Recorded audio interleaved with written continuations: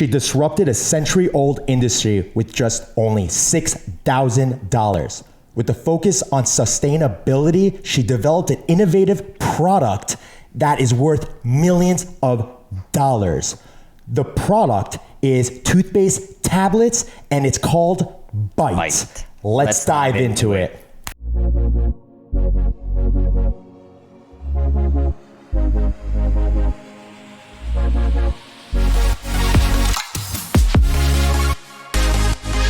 What's up, everyone? Sean Azari here. I'm with Matt Skopak. What's going on, Reverend? Welcome to Deep Dive, episode 39, where we take businesses like Bite and dive into their marketing and business strategies, such that you can take these strategies and implement them into your business. Bite, I actually found Bite on a website where I was looking at great website examples to mimic, and they were rated, one of the best ones. Yeah, amazing website. I thought it would be a great topic to talk about. They started in 2018 by a founder. What was the founder name? Lindsay McCormick and Asher Hunt. And just in a few years, literally, her goal was basically she knew there was a problem with toothpaste tubes. Basically, when she was traveling a lot of places, she was using toothpaste tubes, and one of the big problems, I guess she saw in a report, that a lot of these tubes were being ending up in oceans, landfills, just all over. And she obviously didn't like that and wanted to create some change. None of these big toothpaste companies were creating products around that. So she decided to create or order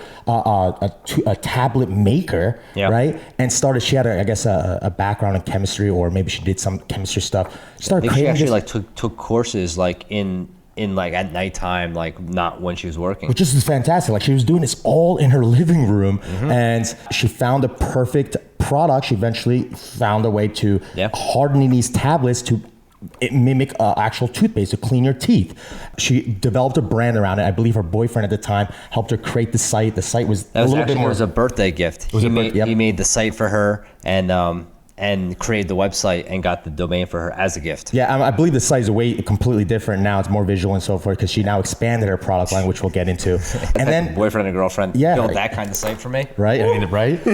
Really kicked off her business. So she has a great story. Her marketing is fantastic. I think we're going to learn a lot about her. I mean, we're definitely going to learn a lot about these tactics and some of the things that she's implementing. And you guys might be familiar with them too. They were on Shark Tank in season 11 in 2020. But they were already big by the time, or they were getting a lot of traction before they even got to Shark Tank. They actually denied the offer from Mark Cuban. So don't think, they got on Shark Tank and that's how they blew up. No, that's what we're going to get into right now. So Skopak, why don't you talk about number one? Number one, build a portfolio of products around your value proposition. So when you go to Bite and you really look at their product line, something that they do very well, it's not just one product in the mouth hygiene area. They have toothpaste tablets, they have bamboo toothbrushes, they have sustainable and healthy, very favorable ingredient mouthwashes, they have floss, they have another line of toothpaste tablets for kids. Am I missing any products that they have? They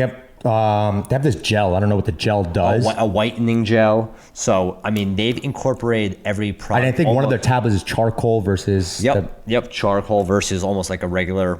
they have 5 or 6 flavors, but floss. They have the charcoal, floss, So they have all of these products that are all incorporated in a normal mouth hygiene line, but it is focused and they're branded very much toward the brand which focuses on sustainability. So that is a great thing. That's what I always try to do. Me and Sean talk about Casper for sleep. We always say they need to focus on a full portfolio of products in anything that has to do with sleeping. Well, Bite has pretty much done that. Any product that there is out there, which is out there in mouth hygiene, they've created that product. But not only have they created that product, they've created a product that relates to their mission statement and who they are with the focus on sustainability. So great, it works, I love it. So number 2 is going to follow right on that, is create a strong cart upsell strategy. So with those products, they basically, when you add a product to your cart, you'll see a bunch of other products that could go along with it that people are buying.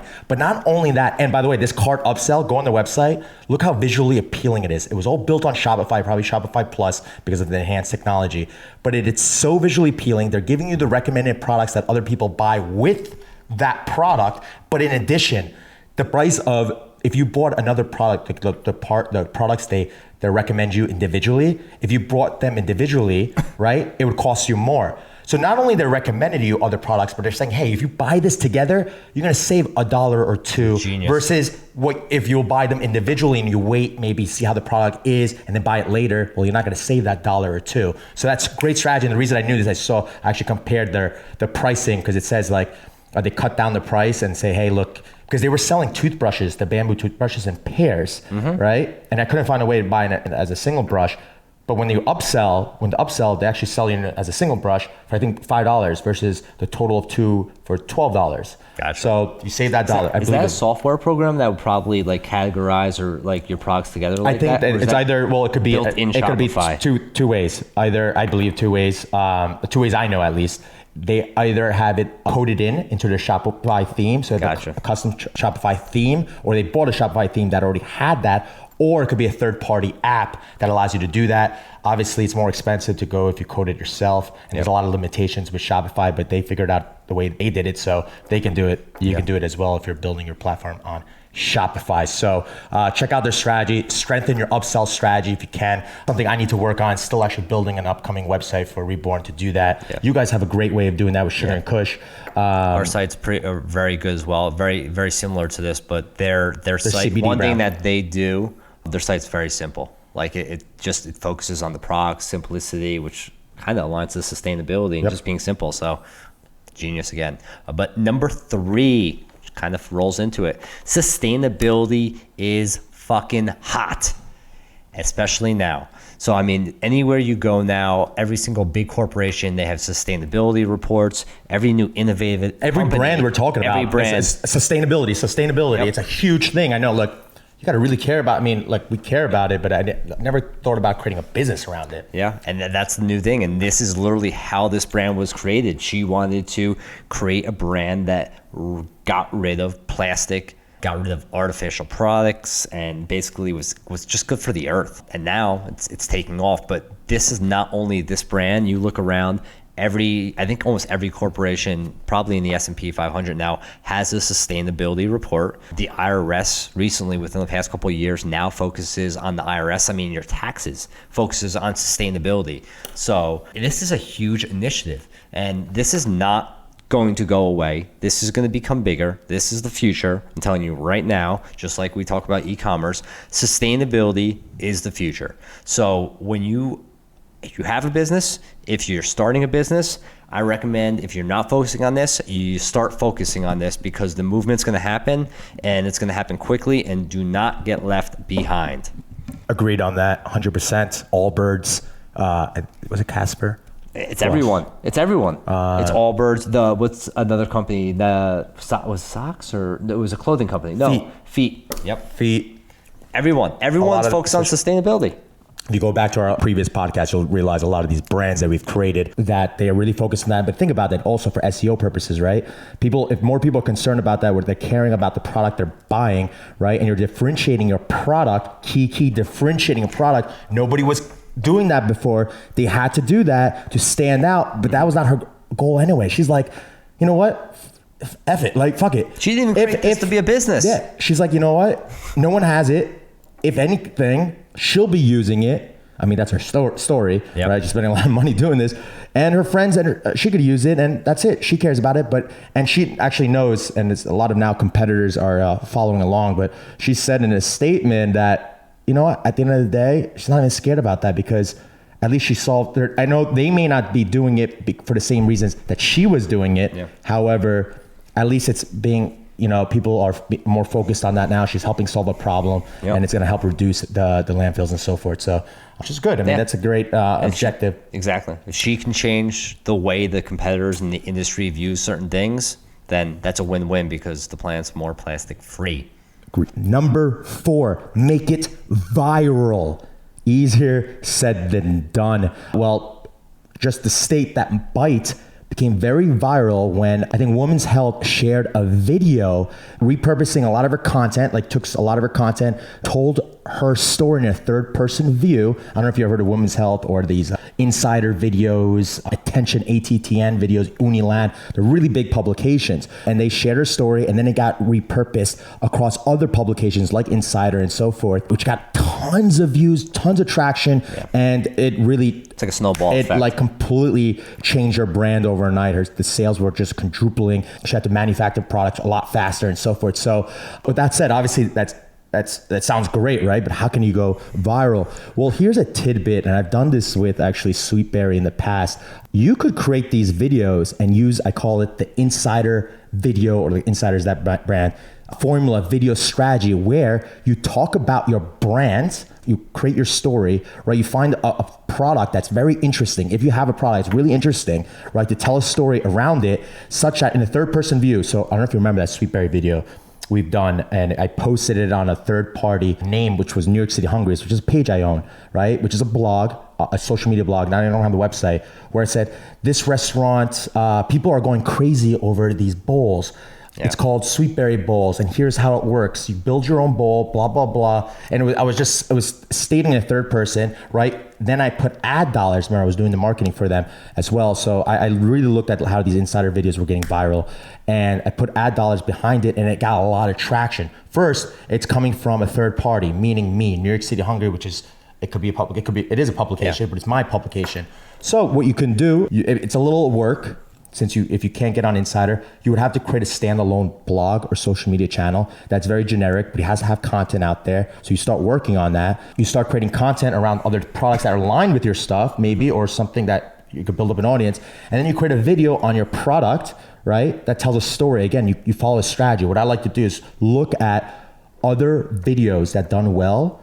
Just, if you're not good at copywriting, put on that in a notepad. This is a great tidbit because a lot of people don't know. A lot of these videos I've created is really because I'm not good at writing. So I'll take a bunch of these videos that were written in the past. Like I'll watch the video, write it on a notepad, change a few words to align with the product you're talking about. Obviously add your key features. But again, it has to be unbiased and it has to be a really cool thing because your product's cool, but you want to get it out there in a different format. It works if you could do it right. So that's a little secret here and there, but it works. Giving up secrets here. Yeah. It's what we're about. That's what we're about. Number 5, market your mission statement, not just your product. So that was so 2010 where people had white screens, they put their product up there, or their Instagram profile was just different angles of their product, different colors, different flavors, everything like that.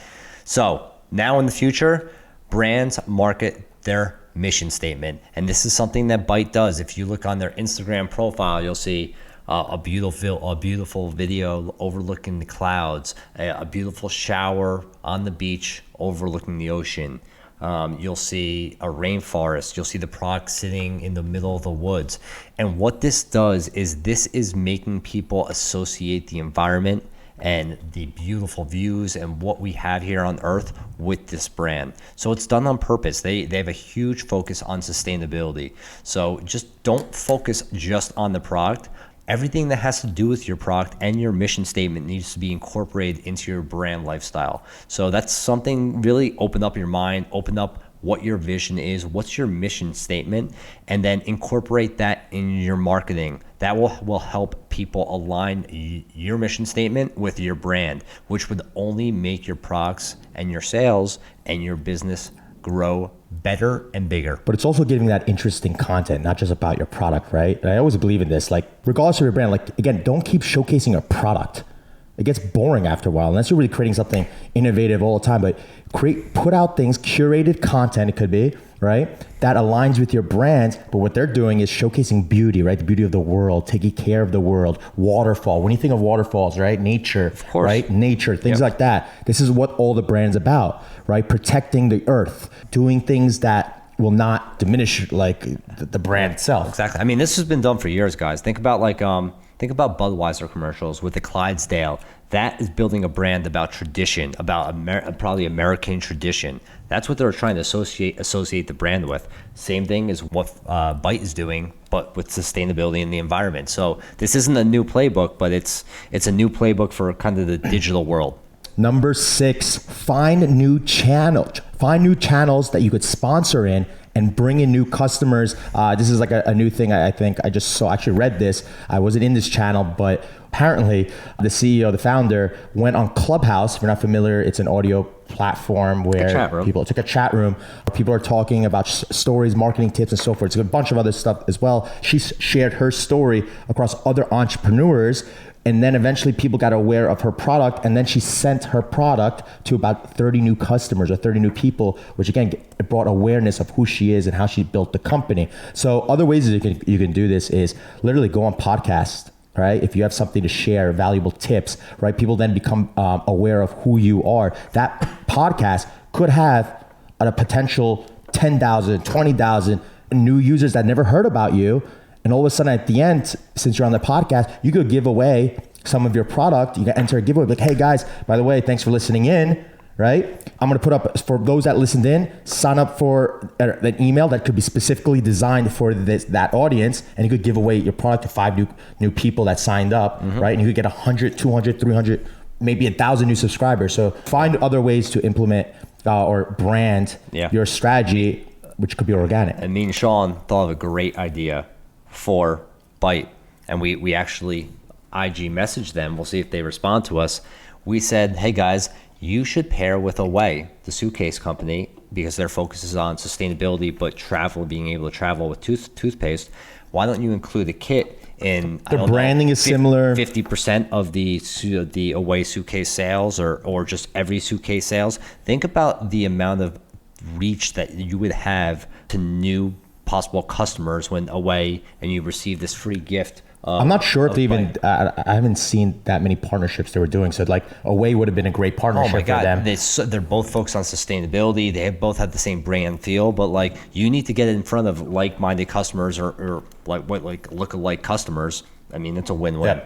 So that's how you should think as a business owner. Agreed. So if you're watching this, Lindsay, incorporate that strategy. If you're not, I'm sure you already messaged them, but if not, that is the way to go, because again, that's a traveling audience and you have a travel size pack. It's a win-win for both of you because they're not in that field. Me and Sean will take the royalties. Exactly. Pay us. Mr. Wonderful. You'll be proud of us. All right, guys, I think it's the end of the episode. If you liked it, if you're watching this on YouTube, hit the thumbs up button, subscribe for more weekly videos. If you're listening to iTunes, Spotify, Amazon, where else we're on? We're on other streams. We're everywhere. If you haven't reviewed us yet, please do give us a 5-star rating. Share this with someone that would be interested in our content, that is starting a business, and it will help them move along and increase those sales and build a fucking brand. If you have any questions, tweet us. You got @mscopac, you got @Sean_Azari, and we will see you next week. Ciao.